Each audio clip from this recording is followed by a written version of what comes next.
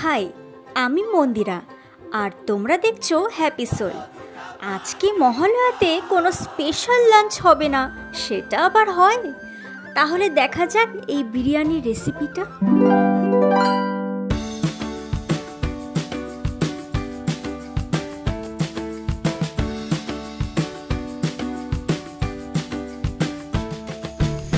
প্রথমে চিকেন ম্যারিনেশনের পালা। আমি দিচ্ছি আদা বাটা, রসুন বাটা, পেঁয়াজ বাটা আর লঙ্কা বাটা। এরপর দিচ্ছি হলুদ, লবণ, ধনে গুঁড়ো, জিরা গুঁড়ো আর দিচ্ছি কাশ্মীরি লাল লঙ্কা গুঁড়ো। এতে কিন্তু রঙটা বেশ হবে। আর দিচ্ছি সামান্য পরিমাণ মিট মশলা। এরপর সব মশলাকে আমি ভালো মতন মিশিয়ে নিচ্ছি। ম্যারিনেট করাটা কিন্তু এক্ষেত্রে ভীষণ ইম্পর্টেন্ট। এরপর কিছু পরিমাণ টক দই নিয়ে সেই মিশ্রণটাকে আরেকবার ভালো মতন আমি ম্যারিনেট করে নেব। আর এই মিশ্রণটাকে আমি রেখে দেব ঠিক 1 ঘন্টার জন্য। এখন বেরেস্তা ভেজে নেওয়ার পালা। দেখো, পেঁয়াজগুলোকে আমি সরু সরু করে আর লম্বা লম্বা করে কেটে নিয়েছি। এরপর 1 চামচ লবণ দিয়ে আমি সেগুলোকে মেখে নিচ্ছি। এর কারণ হলো জল ঝরিয়ে নেওয়া। তারপর আলুগুলোকে মোটামুটি মাঝারি সাইজের কেটে আমি ভেজে নিলাম।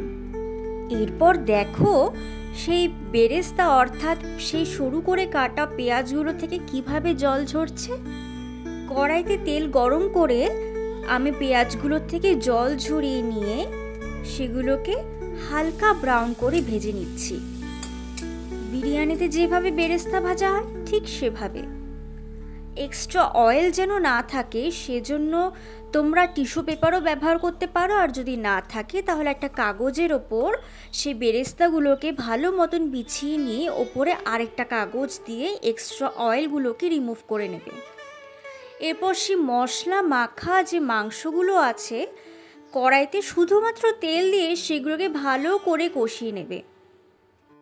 এরপর কিন্তু বিরিয়ানির ভাতটা করার পালা।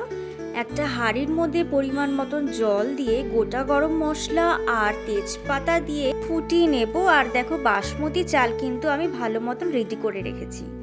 মাংস কষানো হয়ে গেছে। এরপর সেখানে ভাজা আলু আর গরম মশলা গুঁড়ো আর কিছু পরিমাণ মিট মশলা দিয়ে আমি আরও ভালো করে নাড়াচাড়া করে এরপর এখানে জল দিয়ে তারপর এটাকে ঢেকে রাখবো।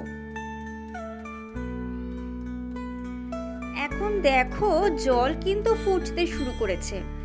এখনই চাল দেওয়ার বেলা। বাসমতি চালগুলো এই ফুটন্ত জলে দিয়ে কিছুক্ষণ ওয়েট করব।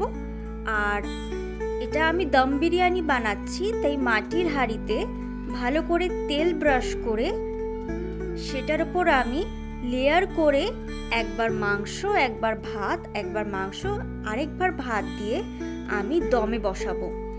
দেখো, প্রথমে তেল দিয়েছি, এরপর মাংসের লেয়ার দিচ্ছি, তারপর দিচ্ছি ভাতের লেয়ার। এরপর ভাতের লেয়ার দেওয়ার পর কিছুটা বেরেস্তা ছড়িয়ে দিচ্ছি। তারপর দেখো আবার কিন্তু মাংসের লেয়ার দিয়েছি। এরপর আবার ভাতের লেয়ার কমপ্লিট করে আবার বাকি বেরেস্তাটুকু আমি এর উপর দিয়ে দিচ্ছি। এরপর হাঁড়িটাকে ঢেকে নিয়ে, যেহেতু আমি দমে বসাবো সেজন্য যেন কোনো হাওয়া না ঢোকে বা বেরোতে পারে, সেই জন্য একটা আটার দলাকে আমি ভালো মতন চারপাশে আটকে দিচ্ছি যেন কোনো হাওয়া পাস না হতে পারে। এক্ষেত্রে আটাটাকে ভীষণ স্টিকি করে মাখবে। তারপর দেখো একটা তাওয়ার ওপর স্ট্যান্ড বসিয়ে তার উপর আমি হাঁড়িটাকে বসিয়েছি।